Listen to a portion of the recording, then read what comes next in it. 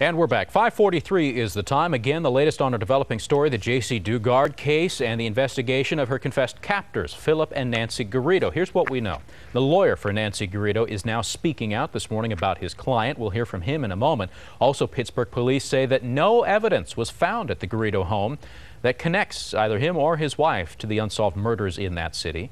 And we're also learning more about why Garrido was released from Nevada prison after serving only 11 years of his life sentence.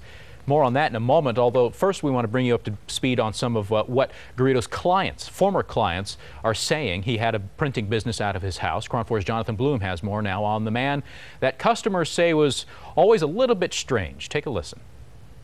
He was just slightly odd. Sometimes he would have like a little bit of a jerk, kind of a... Glass contractor Tim Allen met Philip Garrido 15 years ago. Garrido printed his forms and business cards, and he kept things strictly professional until recently. Things started to change in about 2006. That's when he brought in the box. A black cardboard box and a long manifesto explaining the box would let you talk to God. It didn't work, but once Allen seemed willing to listen to Garrido, I opened the floodgates. I couldn't get him to stop talking. And then he just burst out into the song, and everyone in the building kind of stuck their head out, wanted to see what was going on and what was he doing. He busted out with a song one day that was quite hilarious because we didn't even know what he was saying. Realtor Carla Kirkland says Garrido's garbled songs became an office joke, and his religious rantings became more and more frequent. It was something that was so off the wall you really didn't even pay attention to it. You were more focused on, I wish he'd hurry up and finish and leave. Once he dropped off this pamphlet. Something about, does God allow people with schizophrenia into heaven? So then I said, oh, that's his problem, schizophrenia. He basically spoke of the Armageddon. J.P. Miller was one of Garrido's newest customers at a time when Garrido was doing as much preaching as printing. But when Miller called the shop, he often spoke to someone else named Alyssa, the woman we now know as J.C. Dugard. I do like to joke around the phone. How did she take that? Just like she didn't understand the jokes or they weren't making sense. And it was just very plain Jane. It was to the point, you know, that was it. What did you think about that?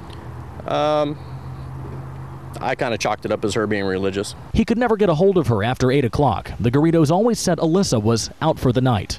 And when he picked up orders at the house, he always had to call ahead and wait for Garrido to come outside. I didn't know if he had ink on his hands or dirty clothes on or whatever, and just give him time to get to the front of the house. What do you imagine he was doing back there? I don't even want to know. It makes me sick. In Antioch, Jonathan Bloom, KRON 4 News.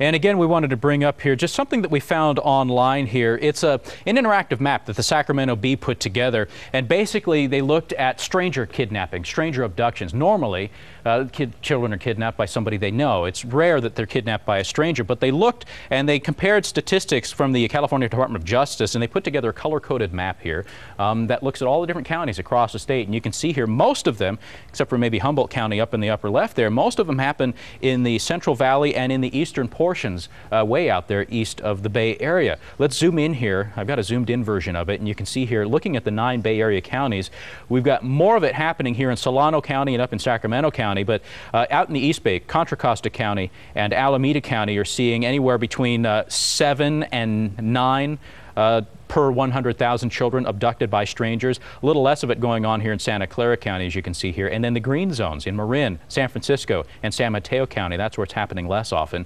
And so, I don't know, just to give you an idea of where stranger abductions are happening more often than not. And again, we'll click here on Contra Costa County just as an example. You can go to this site and click on it, and here it says 20 cases over the last 10 years of stranger abductions of children. And if you look at that per 100,000, it comes out to about 8 children per 100,000 abducted by strangers. So that's available on the Sacramento Bee website if you want to take a look at that.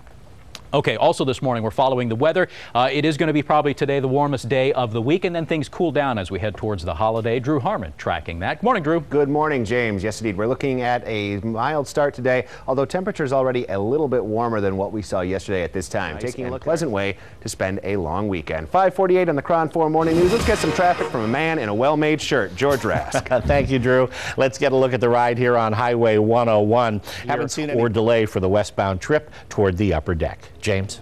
All right, very good, George. Thank you much. 5:50 the time. We've got to go to break here, but as we do, we've got live pictures, two of them, as a matter of fact, to bring you from Southern California, showing you both of them, showing you the wildfires burning there. The Station Fire is what it's called, burning in the Angeles National Forest. 127,000 acres burned this morning, but there is good news. Firefighters made huge progress overnight. We'll tell you what they did coming up in a moment. Stay with us. And we're back. 5:53 is the time. And again, we've got some live pictures to show you out of Southern California. 127 acres burned so far in the Stations Fire is what it's called. It's burning in the Angeles National Forest north and east of Los Angeles proper. Here you see on the left-hand side KCAL's chopper up above. On the right-hand side, KTLA's chopper, showing you a different hotspot, and that's the way they've been burning. Hotspots erupting every which way. Fire officials, though, say they did make some rather large progress overnight. They've upped the containment now from 5% to 22%. So that's good news there, although this fire still is growing. At this point, about 199, so nearly 200 square miles charred by this.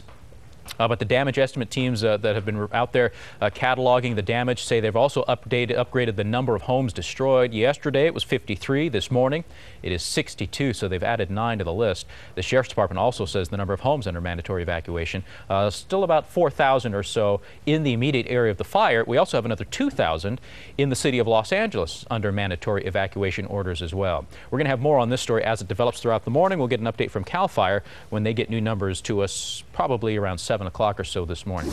All right, we're also following the countdown to shutdown here of the Bay Bridge, and look at the calendar there, one day. Don't forget, tomorrow night at 8 p.m. the Bay Bridge will be completely shut down so that Caltrans can swap out that section of bridge there near Yerba Buena Island. And here's a camera shot that Caltrans has put up for us on Yerba Buena, looking back at the upper deck of the Bay Bridge. So that traffic is westbound headed to San Francisco just before it goes into the tunnel there at the island. And off on the right, you see some of that concrete shooting off into the dark. That is the new section that we'll be driving on come next week when they reopen the bridge. So make sure you have other plans to get around and across the bay here over the Labor Day weekend. The Bay Bridge will be shut down. We'll be following that story. Also, Dr. Phil, let's talk a little bit about that. You know, during these tough economic times, more and more marriages are being reversed, so to speak. Women actually becoming the main breadwinners. Tonight at 8, Dr. Phil speaks with families that are dealing with this role reversal. Most important things in my life are my wife and my kids, but my job is a big part of what I'm defined by, and I'll admit that. So, and that's not necessarily. But you get that's not necessarily a good thing, right? No. Well, I mean, maybe my wife and my family are important, but if I don't work, you say your job defines you. Maybe this is a good thing to have forced on you, where you realize you're more than your job. Yeah. Okay. Yeah. I mean, maybe. So don't miss an all-new Dr. Phil tonight at 8 on KRON 4, and tune in tomorrow when Dr. Phil focuses on the J.C. Dugard case. Stick around for that. Here's a live look from our roof camera this morning. The KRON 4 Morning News will be right back. Stay with us.